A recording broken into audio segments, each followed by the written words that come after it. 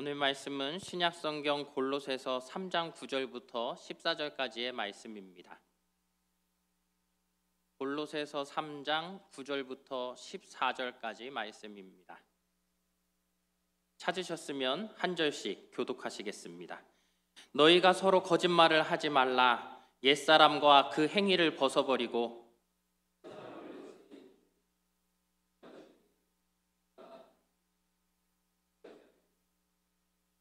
거기에는 헬라인이나 유대인이나 할례파나 무할례파나 야만인이나 수구디아인이나 종이나 자유인이 차별이 있을 수 없나니 오직 그리스도는 만유시요 만유 안에 계시니라.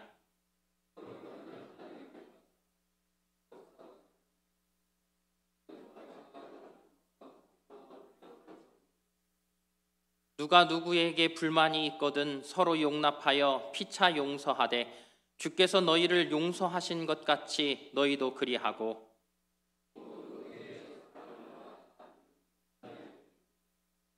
아멘. 우리 옆에 분들과 인사하겠습니다. 사랑합니다. 축복합니다.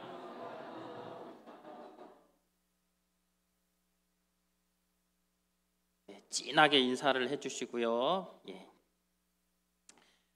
우리는 계속해서 이 골로새 말씀을 통해서 성도가 어떻게 살아가야 하는지에 대해서 다루고 있습니다. 모든 진실한 성도는 성령 하나님의 역사하심을 따라 새롭게 빚어진 사람들입니다. 성도는 예수를 믿기 시작했어도 외모는 그대로이지만 새로운 창조를 경험한 새 피조물이기에 영적인 지각 변동이 우리 안에 있다라는 거예요. 이렇게 얘기를 하니까 말이 왜 이렇게 어렵지 하실 수 있을 것 같아서 제가 오늘 아침부터 고민을 했어요. 어떻게 할까? 어느 분을 한번 세워볼까 하다가 김지훈 장로님 한번 일어서 주시겠어요? 잠깐만 일어서 주세요. 뒤를 돌아봐 주시고요. 여러분, 만약에 여러분들이 차를 타고 가다 접촉사고가 났는데 김지훈 장로님을 전혀 모르는 상태에서 만났다. 어떠실 것 같아요? 전 두려울 것 같아요. 죄송합니다. 앉아주시고요. 그럼에도 불구하고 지금 우리 김지훈 장로님을 보면 어때요? 지금 모습이 등치가 이만하신데 어제 우리 부활동산 가서 일하시는 걸 봐도 돌 하나를 너끈히 드시는 분인데 지금 보면 아주 그냥 해맑게 웃으시며 우리에게 얼마나 다정한 장로님이십니까? 그렇죠? 예수를 믿었기 때문에 가능하다라는 거예요. 이 얘기를 하고 싶은 것입니다. 근데 우리 김유영 집사님이 제일 많이 웃으시는 것 같아요. 박수 한번 쳐달라. 우리 김충용 장로님이 박수 한번 쳐달라 그러세요. 그렇습니다.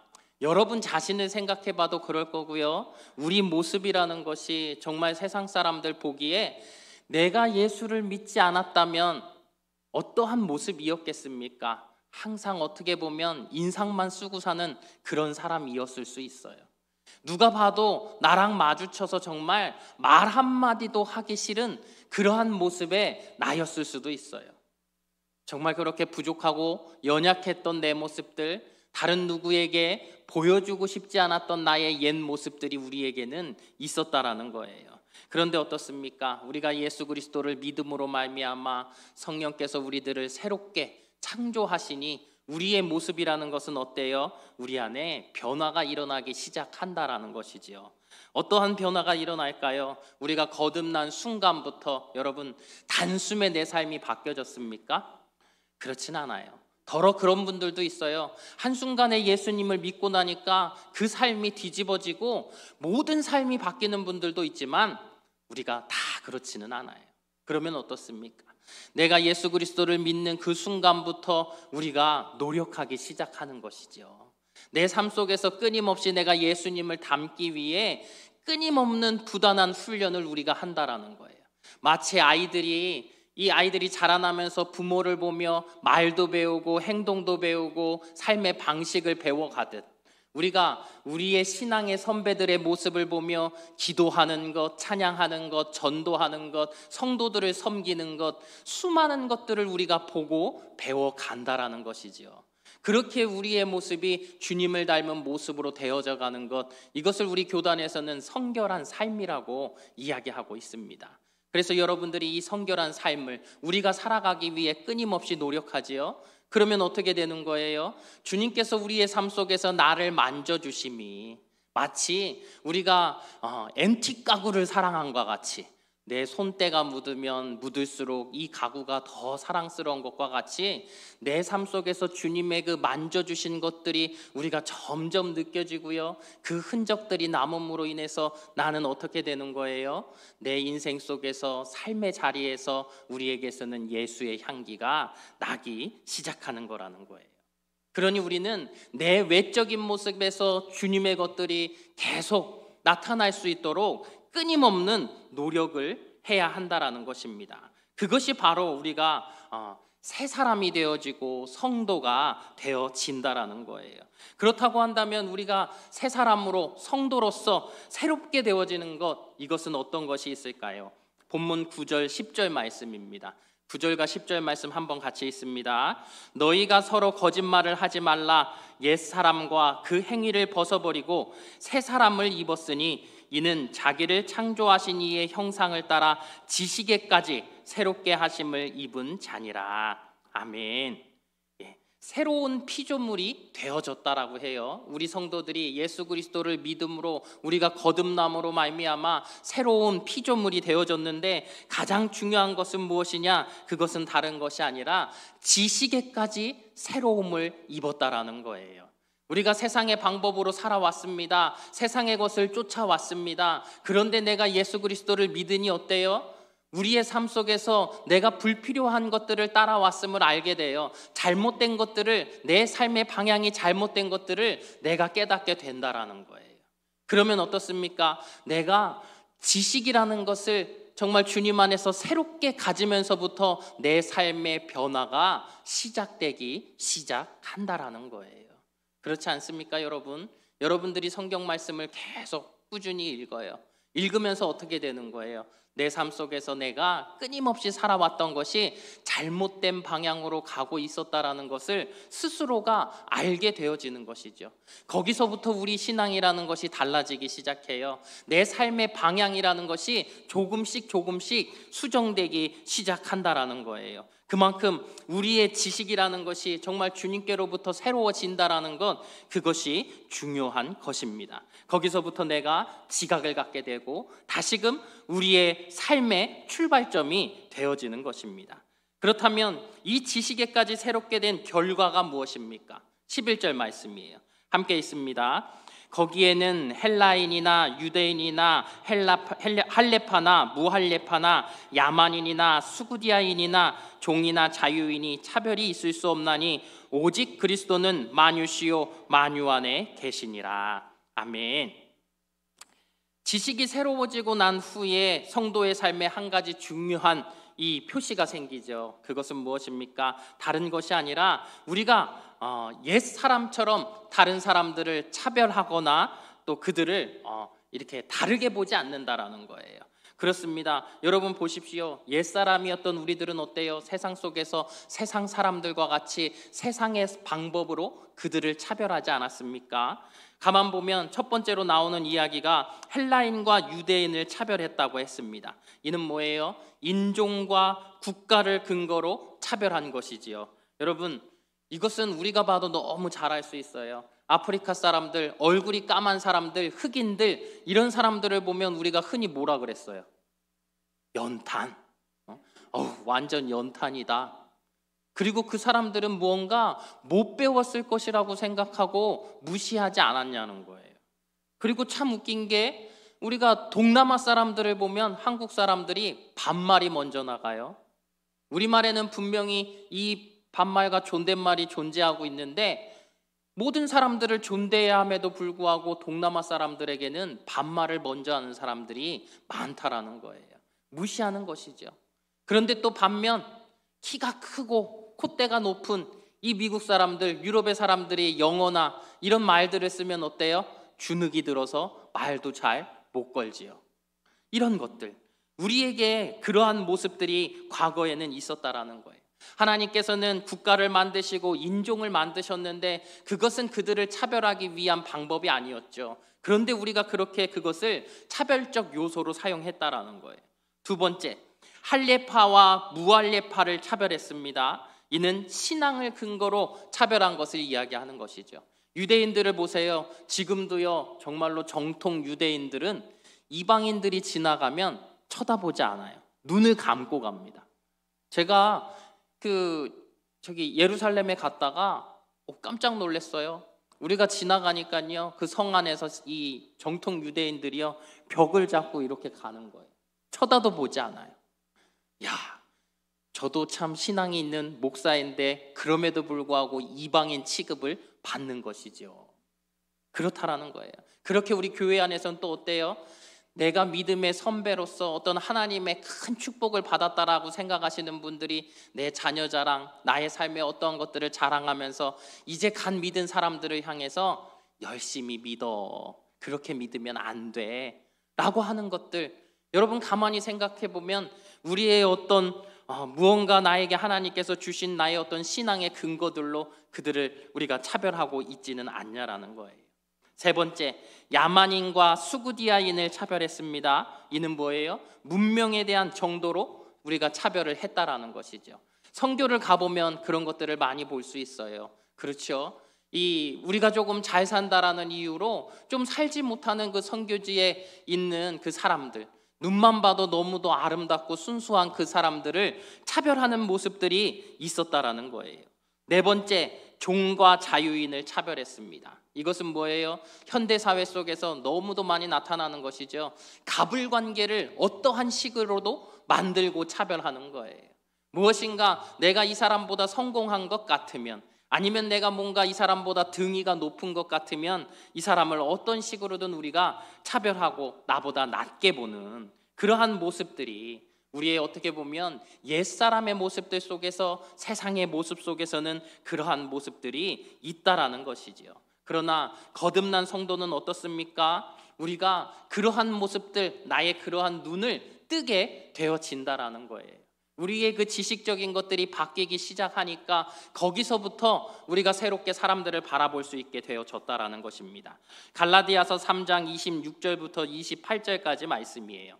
우리 함께 있습니다. 너희가 다 믿음으로 말미암아 그리스도 예수 안에서 하나님의 아들이 되었으니 누구든지 그리스도와 합하기 위하여 세례를 받은 자는 그리스도로 옷 입었느니라.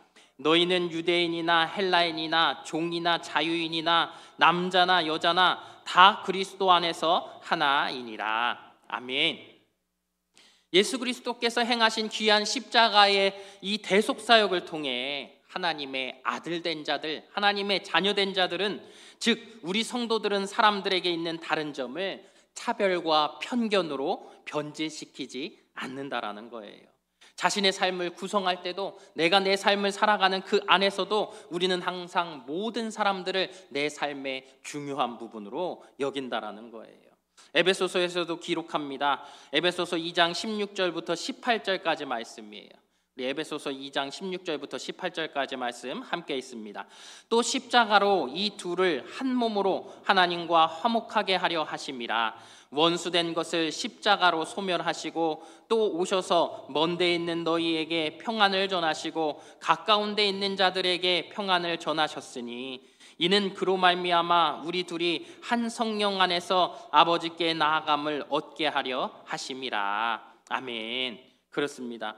이 십자가로 우리들 사이에 있는 어떤 이 원수된 것들을 모두 주님께서 소멸하셨다라는 것입니다. 우리 가운데 있는 중간에 막힌 담을 다 육체로 허셨다라고 14절에는 또 이야기합니다. 또 자기 안에서 한 새 사람을 지으셨노라고 에베소서 2장 15절에는 말씀하고 있습니다. 이것이 무엇을 의미합니까? 바로 우리 교회를 말하는 것 아니겠습니까?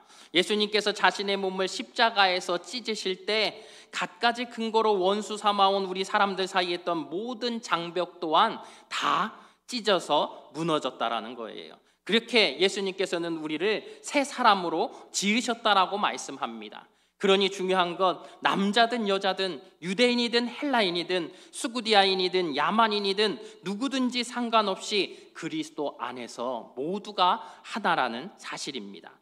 교회는 주님이 몸을 찢어서 만든 새 사람들이 모인 그러한 공동체입니다. 새 사람으로 구성된 교회는 세상에서 찢기고 마음이 상한 사람들이 와서 그리스도 안에서 얼마나 자신이 존귀하고 아름다운 존재인지를 그들이 알아가는 그러한 곳이어야만 합니다. 다시 말해서 뭐예요? 내가 주님 안에서 받은 상처들을 치유받은 자 아닙니까? 내 모든 죄를 용서함 받은 자 아닙니까? 그래서 내가 이렇게 회복되지 않았습니까? 그렇다고 한다면 우리들 안에 들어온 자들조차도 우리들은 동일한 은혜, 동일한 사랑, 동일한 희망을 그들이 가질 수 있도록 우리가 하여야 그것이 정말 그리스도의 몸된 공동체라는 사실입니다. 여러분, 이것이 우리 안에 있을 때 우리들은 어떻습니까? 세상은 그들을 다르다는 이유로 차별하지만 우리는 공동체 안에 있는 우리 모든 지체의 그 다양함을 인정하고 또 그 다양함을 통하여서 더 풍성한 은혜와 더 풍성한 것들을 우리가 누리게 될 수 있는 것입니다. 그렇다면 우리는 어떤 면에서 하나입니까? 본문 우리 11절 말씀이에요. 11절 말씀 함께 있습니다.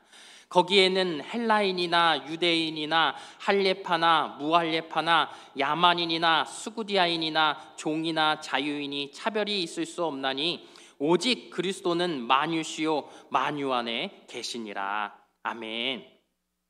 우리가 하나 될 수 있는 이유, 그것은 무엇이에요? 예수 그리스도. 예수님이 계시기 때문에 우리는 하나가 되어질 수 있는 것입니다. 왜 그렇습니까? 예수님께서 곧 만유시라는 거예요. 그리고 또 뭐예요? 만유이신 예수님이 어느 곳에나 우리 안에 또 그들 곁에 늘 계시지 않습니까? 그렇기 때문에 우리는 예수 안에서 우리가 다 하나일 수밖에 없는 것입니다. 그분이 흘리신 그 보혈의 은혜를 믿는 우리 모두가 그 마음속에 예수 그리스도가 계시기에 우리는 하나의 공동체일 수밖에 없는 것입니다. 그러니 우리는 어떻습니까? 나의 경험이라는 것, 내가 세상 속에서 얻은 모든 것들을 주님 안에서는 우리가 내려놓을 수 있어야 하는 것입니다. 그것이 내려놓아질 때에야 비로소 우리는 주님 안에서 주님의 생각과 뜻을 우리가 그것을 우리의 지각으로 우리의 생각으로 알고 살아갈 수 있게 동일한 마음으로 살아갈 수 있게 되어지는 것 아니겠습니까? 그것이 결국은 우리의 사랑하는 공동체가 되어지는 거예요.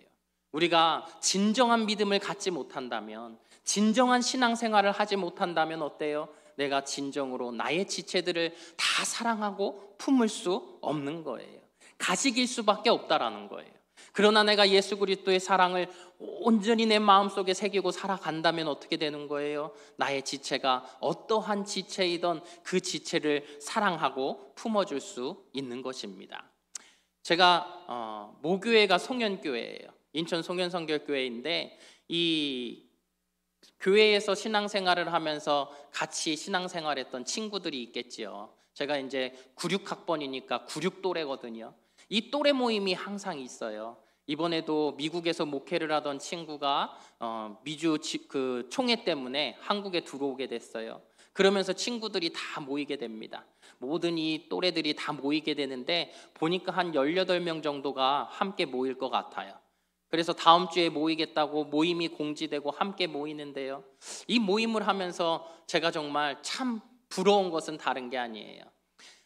누군가는 교회를 떠났잖아요. 하지만 떠나지 않고 함께 하고 있는 그 친구들을 보면 서로 힘들고 어려운 것들을 나누고 있고 정말 자주자주 그들이 모이고 있고 그러면서 그 신앙을 함께 나눌 때 힘들고 어려운 일들을 함께 하고 있을 때 그것이 얼마나 부러운지 몰라요. 여러분들도 마찬가지 아닙니까? 교회를 떠나간 이들이 있지만 여러분들은 이곳에 남았고요. 여러분들은 정말 아름다운 공동체를 이루고 있지 않냐라는 거예요. 우리가 그것을 항상 같이 있기 때문에 느끼지 못할 뿐이라는 것이죠. 가만 보십시오. 내가 투덜댈 수 있는 사람, 내가 나의 모든 이 힘들고 어려운 상황들을 푸념할 수 있는 사람이 손가락 안에 몇 명이나 있겠습니까? 세상 속엔 있겠습니까? 가족 가운데, 친지 가운데는 있겠습니까? 남편한테 얘기해 보세요. 한 소리만 듣지요. 아내한테 얘기할 수 있습니까? 아무 얘기도 못하지요. 그러나 어때요? 우리가 우리 같은 공동체 안에 있는 기관 또는 세론들 함께 나누면서 어떻습니까? 위로를 받아요. 그리고 또 힘을 얻을 수 있는 것 아닙니까? 함께 기도할 수 있다라는 거예요. 바로 그것이 교회입니다. 새 사람들이 모인 이곳을 통해서 여러분들은 어떻습니까? 정말로 주님께서 주신 그 사랑이라는 것을 내가 새로운 이 지식을 가지고 새로운 눈을 떠서 다양한 시각을 가지고 그들을 바라보며 더 사랑으로 품을 수 있을 때 이 공동체가 더욱더 주님께서 원하시는 아름다운 공동체로 세워져 나갈 수 있을 것입니다. 그러므로 주님이 우리에게 또 무엇을 하라고 요구하십니까? 12절 말씀입니다. 함께 있습니다. 그러므로 너희는 하나님이 택하사 거룩하고 사랑받는 자처럼 긍휼과 자비와 겸손과 온유와 오래 참음을 옷 입고. 사도 바울은 앞서 우리가 지난 시간에 본 대로 9절 말씀에서 옛사람과 그 행위를 벗어버리라고 했습니다. 그런데 지금 12절 말씀에서 뭐라고요? 옷을 입으라고 합니다. 그런데 어떤 옷을 입으라 그래요? 5가지를 이야기합니다. 첫째는 긍휼의 옷을 입으라고 합니다. 이것은 무엇입니까? 다른 사람의 필요를 민감하고 또 다른 사람의 필요에 민감하고 다른 사람들의 고통과 아픔을 공감하는 마음의 옷을 우리에게 입으라고 하는 거예요. 저는 이것이 참 많이 와닿습니다. 제가 많이 아팠을 때 항암 치료를 하고 여러 가지 수술을 하며 그 힘들고 어려웠던 순간들을 겪고 났을 때 만난 그 예수님을 만났을 때 주셨던 그 위로함과 평안이 저에게 있는데, 제가 정말로 아픈 이들 또 힘든 이들을 보면 어떤 거예요? 마음속에 그 사람들에 대한 마음이 느껴지는 거예요. 왜? 하나님께서 저로 하여금 그 모든 것들을 겪게 하시며 주신 은혜가 떠오르기 때문이겠지요. 여러분들도 마찬가지라는 거예요. 내가 힘들었던 모든 순간에 역사하셨던 하나님은 누군가 힘든 사람이 보일 때 우리로 하여금 그 눈을 떠서 그들을 보게 하신다라는 거예요. 세상의 사람들은 이것을 기회로 삼아 그를 누르고 일어나려고 할지 모르지만 우리에게는 긍휼의 마음을 주심으로 그들을 향해 애처로운 마음, 사랑의 마음을 심어 주신다라는 것입니다. 두 번째는 자비의 옷이에요. 이 자비의 옷은 무엇입니까? 긍휼한 마음이 나에게 있는데 그 긍휼한 마음을 실천할 수 있게 하신다라는 거예요. 나에게 자비한 마음을 주셔서 나로 하여금 그 아프고 또 긍휼이 필요한 자들을 행동으로 도울 수 있도록 하나님께서 우리에게 하신다라는 거예요. 그 옷을 우리가 입어야 한다라는 것이죠. 지체를 바라보십시오. 여러분, 마음속으로 생각으로만 지금 많이 힘들어 보이는데 내가 무엇을 도와줄 수 있을까? 참 힘들겠다. 여기서 끝나는 것이 아니라 아픈 지체를 볼 때 내가 반찬이라도 한번 해다 줄 수 있는 마음. 누군가 코로나에 걸렸어요. 그러면 그 사람이 정말 힘들 텐데 무엇라도 내가 하나 해다 주면 얼마나 힘이 나겠습니까? 그런 것들. 우리에게 그런 마음을 주시는데 마음만 갖는 것이 아니라 내가 행동으로서 그들을 사랑으로 돕는 것, 섬기는 것, 이것이 바로 자비의 옷입니다. 그러다 보면 어때요? 우리 안에 정말로 나에게 주신 하나님의 사랑이라는 것이 너무도 나에게 가득하게 되어졌음을 느끼게 됩니다. 그러면서 느끼는 것은 이 모든 것이 나의 어떠한 능력이나 나의 힘이 아니라는 것을 깨닫게 되는 것이지요. 그럼 뭐예요? 하나님이 나를 이렇게 바꾸셨구나. 나의 이 구원의 모든 문제 가운데 나는 아무런 능력도 자격도 없는데 하나님께서 나에게 이렇게 베푸시고 나를 이렇게 바꿔주셨구나. 그것을 느끼는 것이 무엇입니까? 결국 그것이 겸손인 것입니다.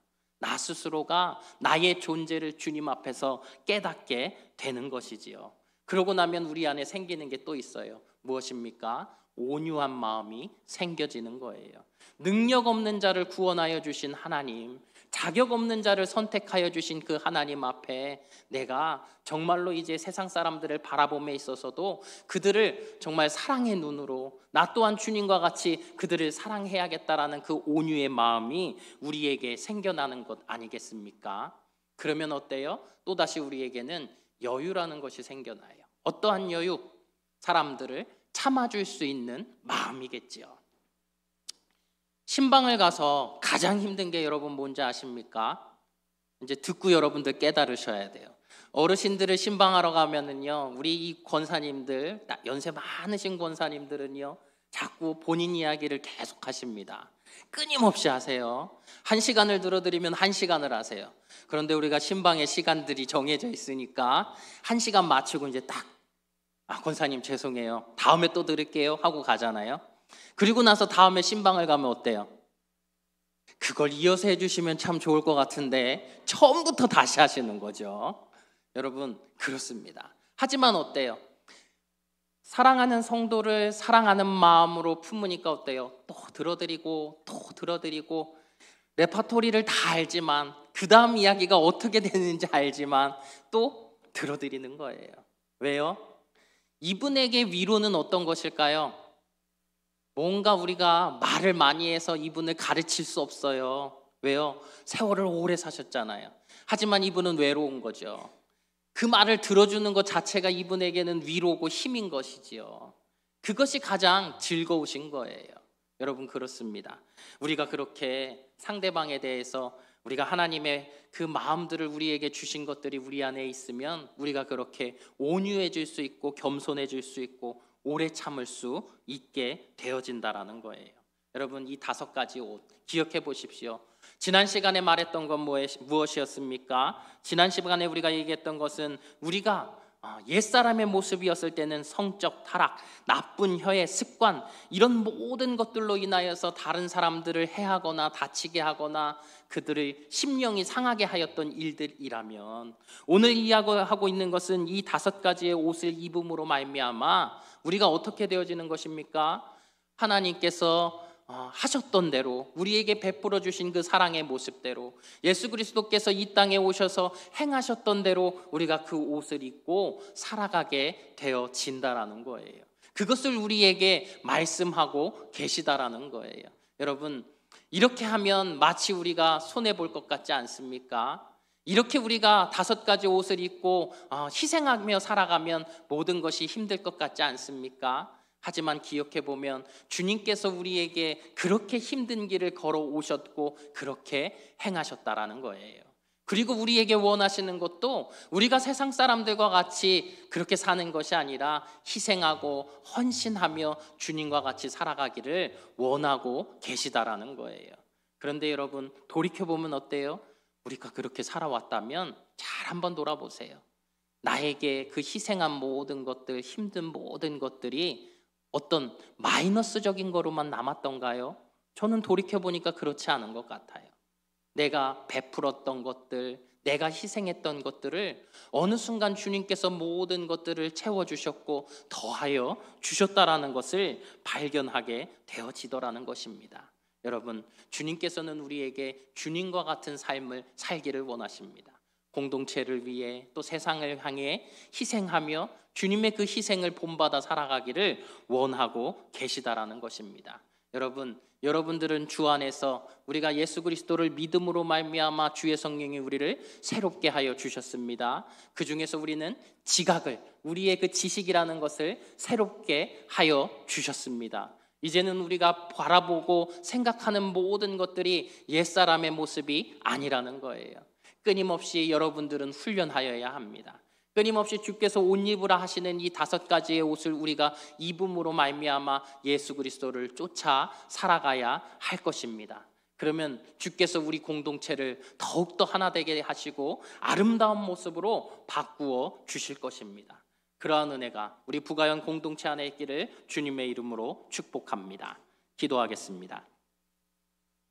거룩하신 하나님, 우리가 예수 그리스도를 믿음으로 새 사람 되어 나의 성품과 습관과 행위를 주의 자녀다운 모습으로 성결하게 살기 위해 훈련케 하시고 지식에까지 새로워져 점차로 우리 삶에서 예수 그리스도의 사랑과 은혜가 묻어나고 배어나게 하여 주시옵소서.